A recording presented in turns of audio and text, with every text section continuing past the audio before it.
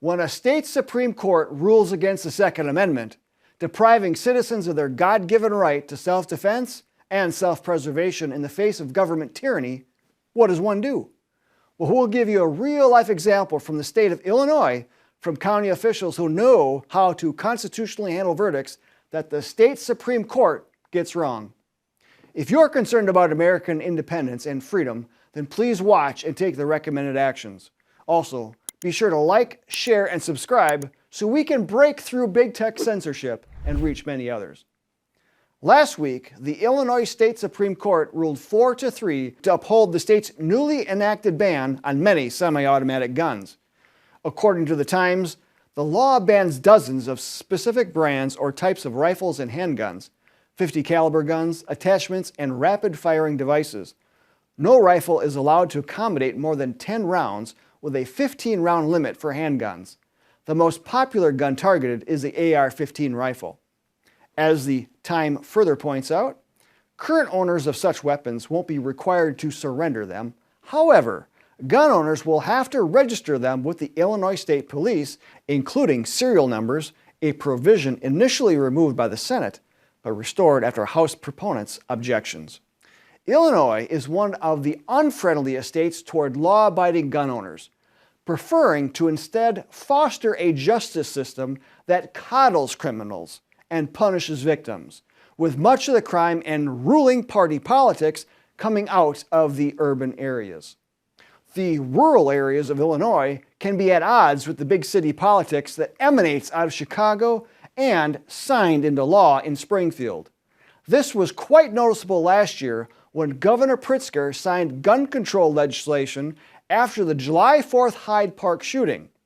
Shortly after passing the law, according to ABC News, some 74 sheriff's departments have publicly vowed to defy elements of the law. Specifically, they reported, the officers have vowed to not check if weapons are registered with the state or house individuals arrested only for not complying with the law. Sheriffs are locally elected officials at the county level, so 74 departments equal 74 counties, which is nearly 73% of the 102 counties in Illinois. One of these counties is LaSalle County. Sheriff Adam Diss said in January to the Times, "The right to keep and bear arms for the defense of life, liberty, and property is regarded as an inalienable right by the people." Around the same time, the LaSalle County Board voted unanimously to adopt a resolution opposing the new law, and the county state attorney also put out a statement that he would not prosecute anyone based on the new law. As the Times reported, Joe Navarro said he thinks the law is unconstitutional and that he will act accordingly. It may come as no surprise to you that Sheriff Diss is a Republican. However, Mr. Navarro is a Democrat, demonstrating that party labels should mean nothing when it comes to obeying the Constitution.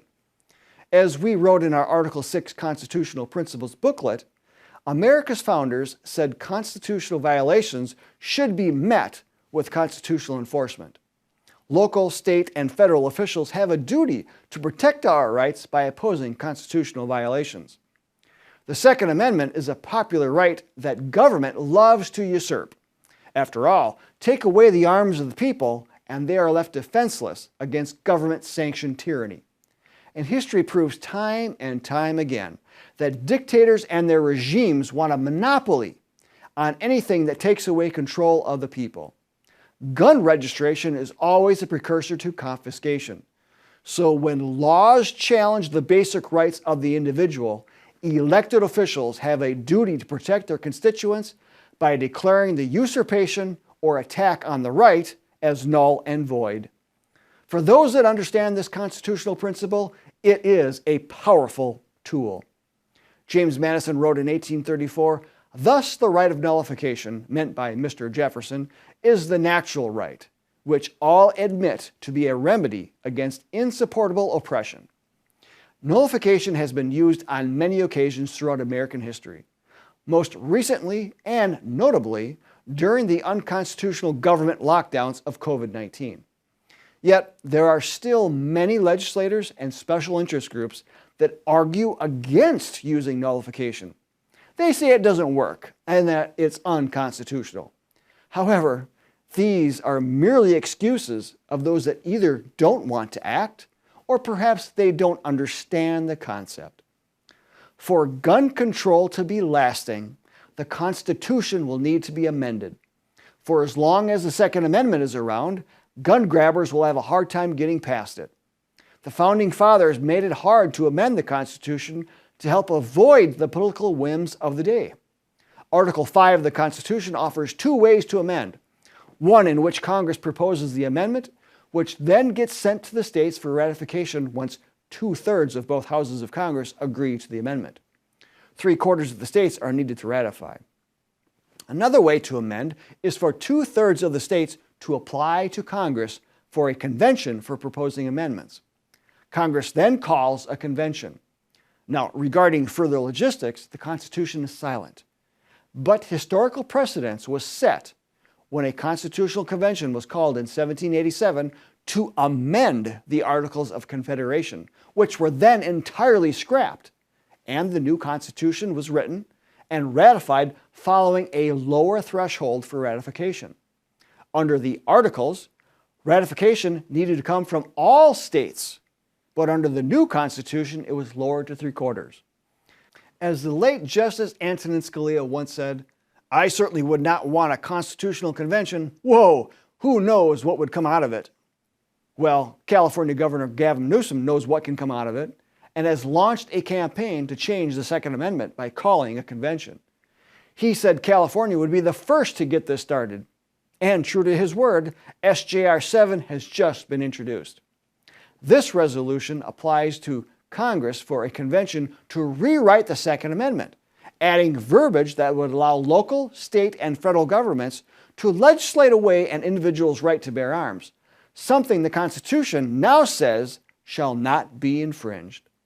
While it's a long shot, we shudder to think what would happen at any convention that Congress calls, whether it's by activists pushing it on the left or those on the right.